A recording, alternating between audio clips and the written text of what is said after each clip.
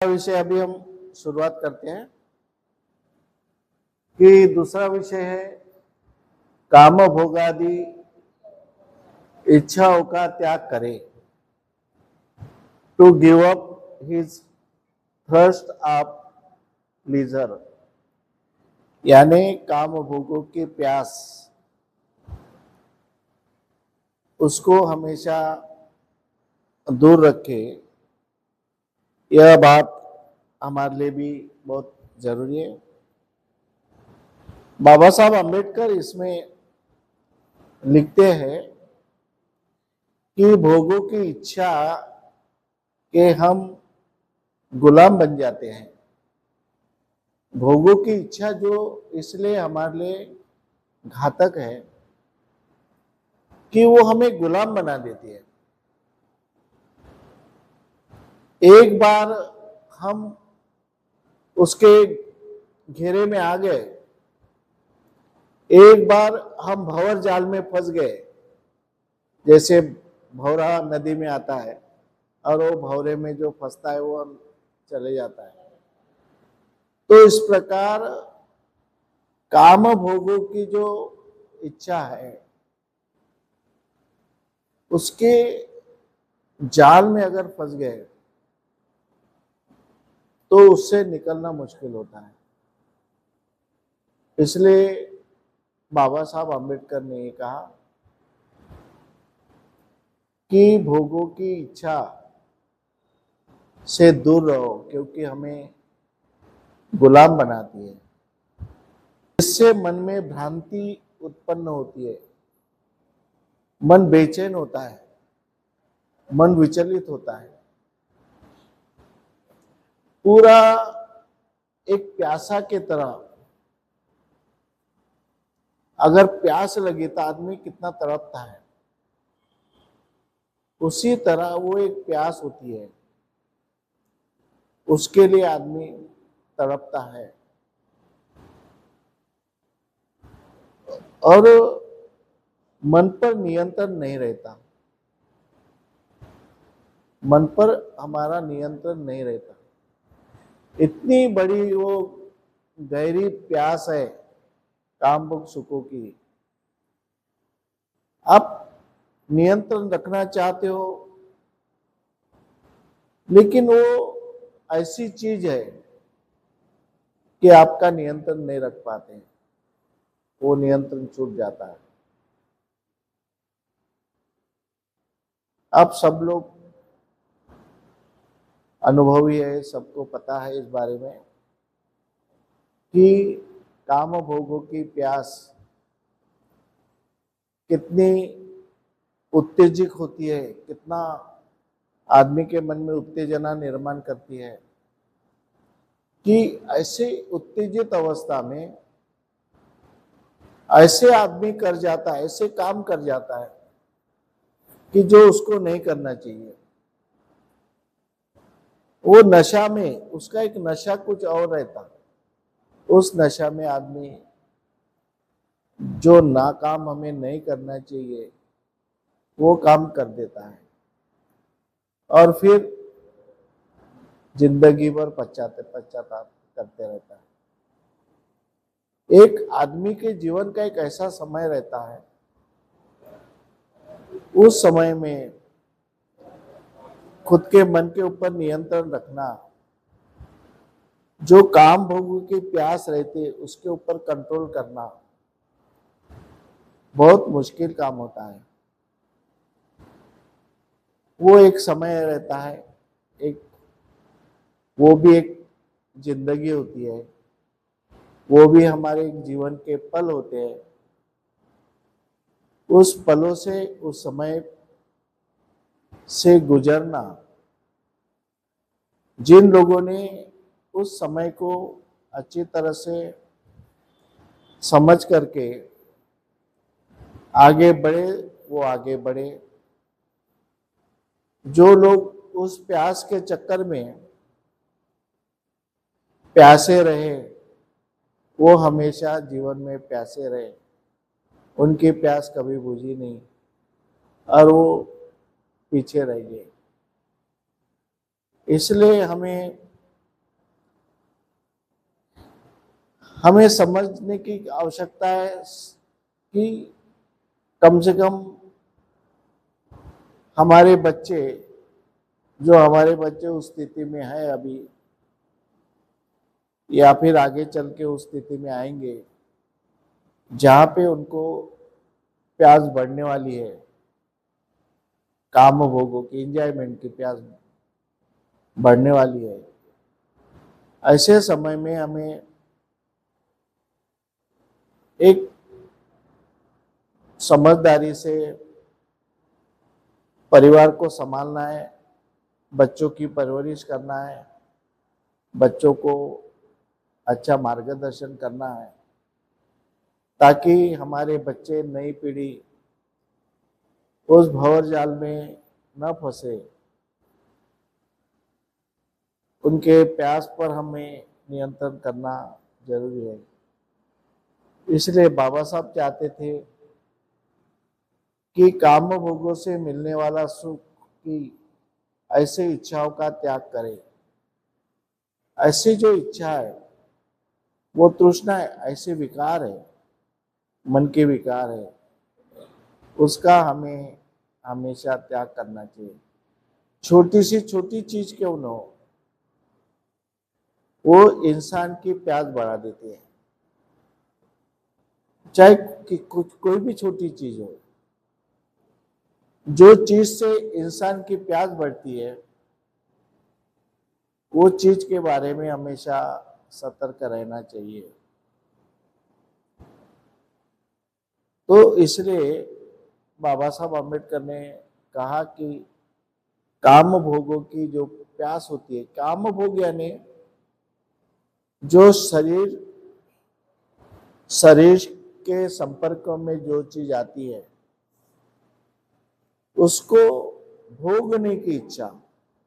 काम भोग का मतलब है जो हमारे संपर्क में जो भी बातें आती है, उसको भोगने की इच्छा, उसका उपयोग लाने की इच्छा नहीं, उसको उपभोग लेने की इच्छा, इसको बोलते काम भोग। उसको डिस्ट्रॉय करने की इच्छा, यूज एंड थ्रो, काम भोग, यूज एंड थ्रो, ऐसी काम भोग की इच्छा, वो ऐसी इच्छा आदमी को हमेशा ये करती है और हमें मनुष्य के लिए हानिकारक है। इसलिए बाबा साहब अम्बेडकर हमें वास्तविक जीवन जीते हुए अपने मेहनत और स्वयं के प्रयासों से अपनी इच्छाओं की पूर्ति करना चाहिए। बाबा साहब अम्बेडकर ने ये नहीं कहा कि तुम इच्छा पूर्ति मत करो, लेकिन जो आवश्यक है, जो हमारी आवश्यक इच्छा है जीवन जीने के लिए, जो चीजें हमारे लिए आवश्यक है, उसकी हमेशा पूर्ति करो, उसके लिए कोई बुरा नहीं है।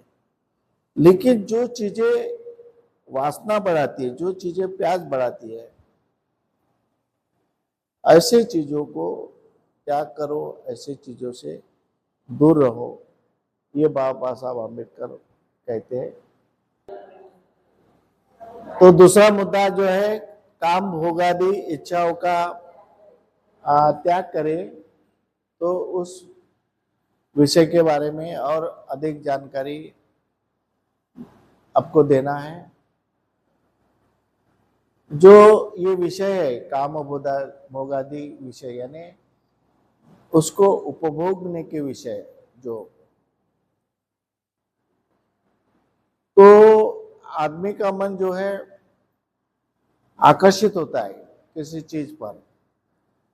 जब आदमी का मन कोई चीज पर आकर्षित होता है, जैसे कोई चीज हम आंखों से देखते हैं, तो आंखों से देखने के बाद अगर वो चीज मन को अच्छी लगी, तो आदमी को लगता है कि ये चीज मुझे मिलना चाहिए, उस चीज पर मेरा अधिकार होना चाहिए। कोई भी हालत में वो चीज का मैं इस्तेमाल करूं, उपभोग करूं, ये चीजें जब हमारा इंद्रिय उस स्थिति में आ जाता है, फिर हमारा मन भी उसी तरफ लग जाता है। मन में भी उसी तरह की एक प्यास निर्माण होती है कि वो चीज मुझे मिलना चाहिए। तो ऐसे समय पे वो आदमी के हाथ से गुनाह हो जाता है या फिर आदमी के हाथ से कोई गलती होती है, क्योंकि जिस चीज पर वो अधिकार पाना चाहता है, जिस चीज को उपभोग करना चाहता है, वो चीज उसकी नहीं रहती।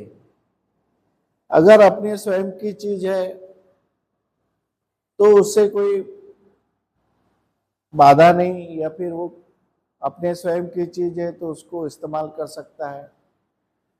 लेकिन अगर उसकी चीज नहीं है, उसके वो चीज अधिकार में नहीं है, ऐसे समय में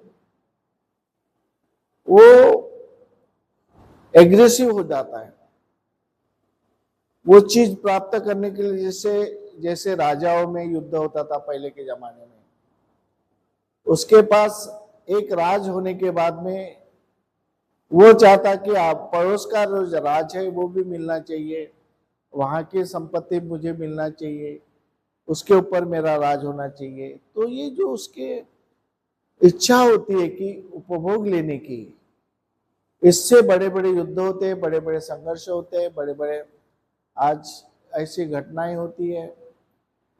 चोरी होती है। चोरी क्यों होती है? कि उसके पास पैसे नहीं रहते, लेकिन दूसरे के पैसे के ऊपर उसकी नजर रहती है।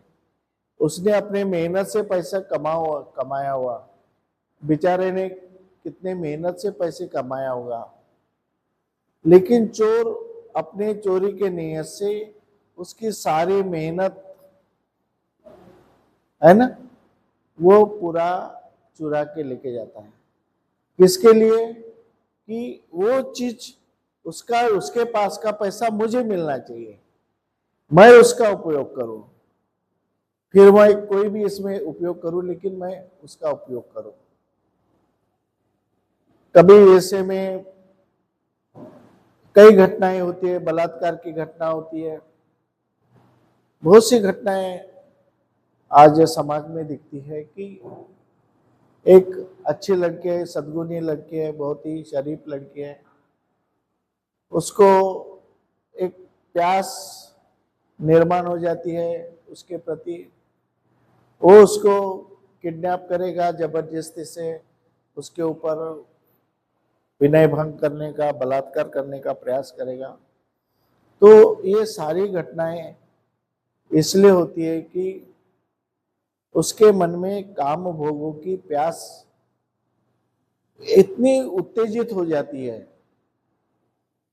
कि वो अंधा हो जाता है, उसको कुछ भी दिखाई नहीं देता है कि ये उससे परिणाम क्या होंगे, वो चीज अपनी नहीं है, उसका मन के ऊपर कंट्रोल नहीं रहता है, मन बेकाबू हो जाता है और वो बहुत सी चीजें उसको जबरदस्ती से उसको इस्तेमाल करना चाहता है, उसका उपभोग लेना चाहता है। इसलिए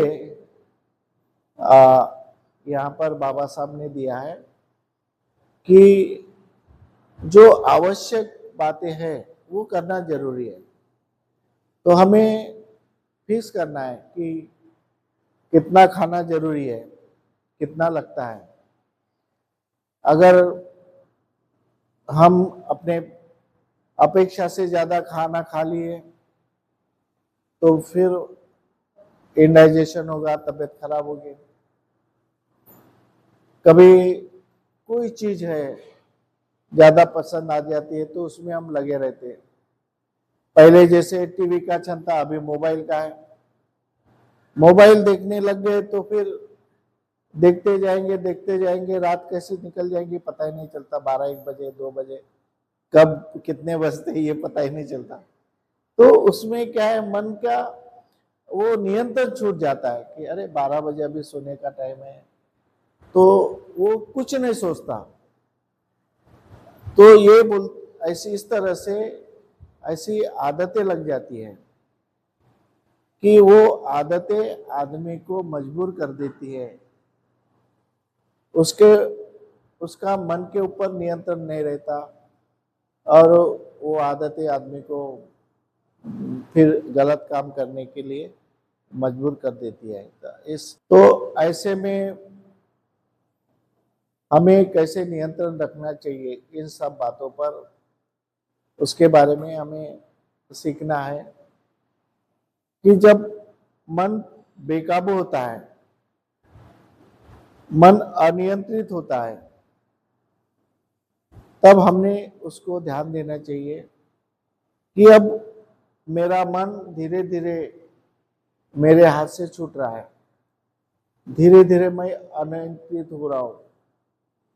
तो तभी हमें उसको कंट्रोल करना चाहिए।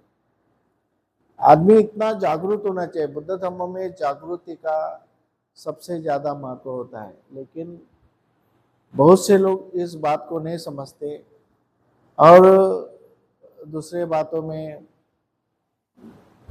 अजागरूक रहने की अवस्था में चले जाते हैं। इसलिए हमें जागरूक रहना चाहिए, हर चीज में हमें जागरूक रहना चाहिए। जैसा हमारा मन भटकता है, हमारे इंद्रिय भटकते हैं, तो उसी समय, क्योंकि तुम्हारे ऊपर नियंत्रण तुम रख सकते हो, या फिर ऐसे सेंटर में आप रहेंगे जैसे बुद्धिस्ट सेमिनरी है।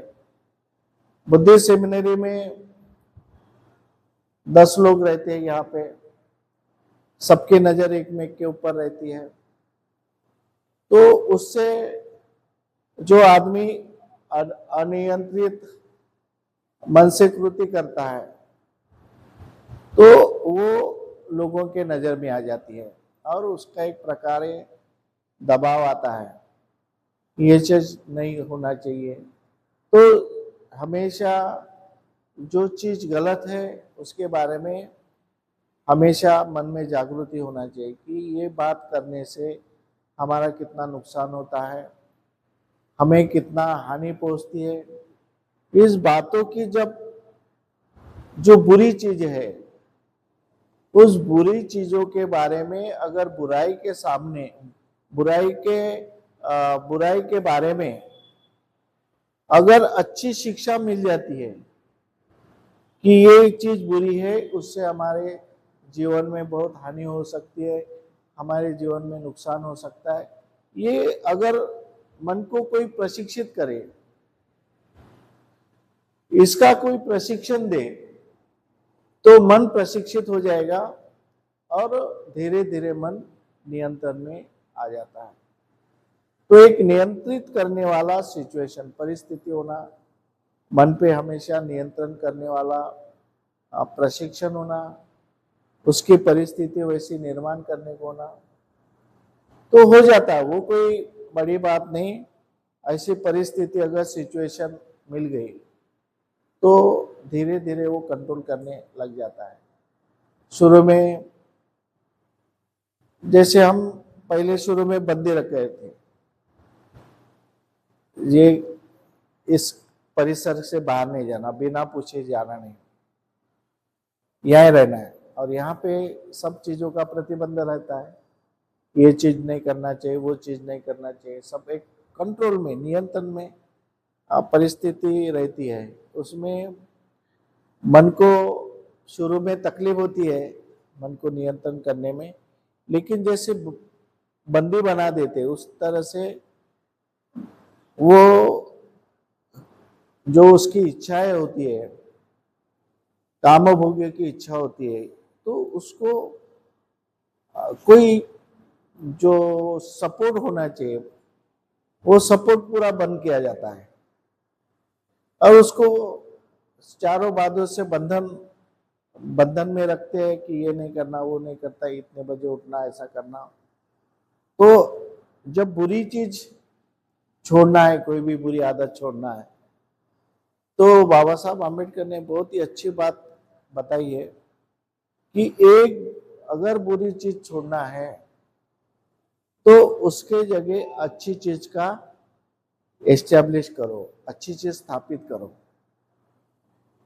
जैसे अष्टांगिक मार्ग है, जो ऐसा अष्टांगिक मार्ग है कि अगर आपको अष्टांगिक मार्ग धीरे धीरे समझ में आ जाएगा, तो जैसे चित्त को अच्छा प्रशिक्षण मिलता है अष्टांगिक मार्ग, ये नहीं करना चाहिए, वो करना चाहिए, ऐसी बातें, पूरा मन धीरे धीरे प्रशिक्षित होता है।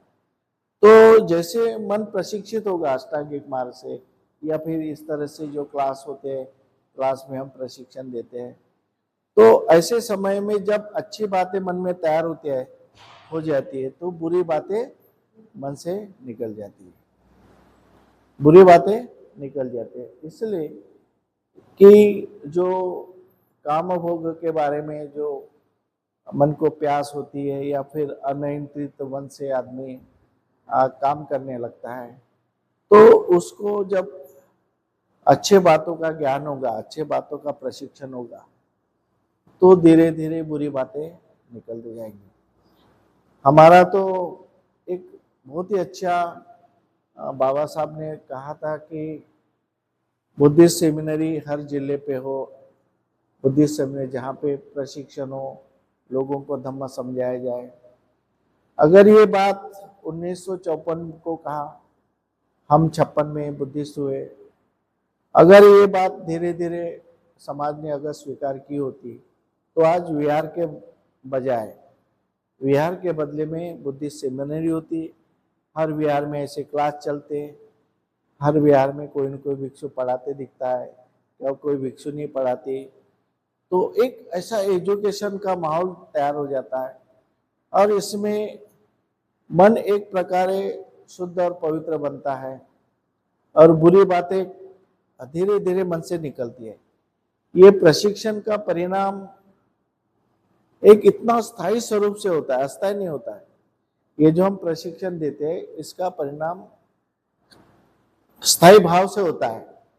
इसलिए यहाँ पे आने के बाद में लोगों के विचार बदलते हैं, लोगों की भावना बदलती है। एक साल भी कोई अगर ऐसे सेमिनरी में रह गया और ऐसे प्रशिक्षण में बैठ गया हो, तो उसमें बदलाव होना ही है, क्योंकि उसको बुरी बातें रोकने का प्रशिक्षण तो मिलता है चाहिए, लेकिन अच्छी बातें कैसे डेवलप करने की, उसका प्रशिक्षण मिलने के वजह से उसमें एक सम्यक एकाग्रता जिसको कहते हैं, एक राइट विजन मिल जाती है, और वो एक अच्छी चीज़ों पे कंसंट्रेशन करने का उसका काम शुरू जो हो जाता है। इसलिए वो अच्छे बातों में सहयोग करता है, अच्छी बातें सीखता है।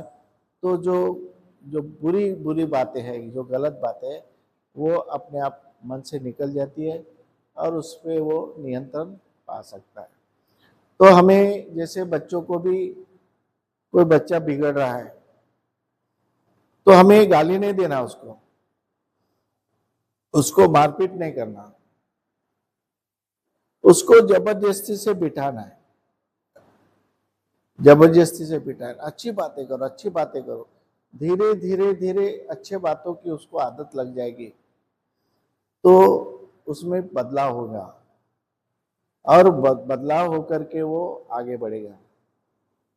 उसको चांस मिलने को ना, हर एक को संधि मिलने को ना, जब अच्छी संधि मिल जाती है और उस समय अच्छी बातें मन में निर्माण हो जाती है, तो बुरी बातें निकल जाती है।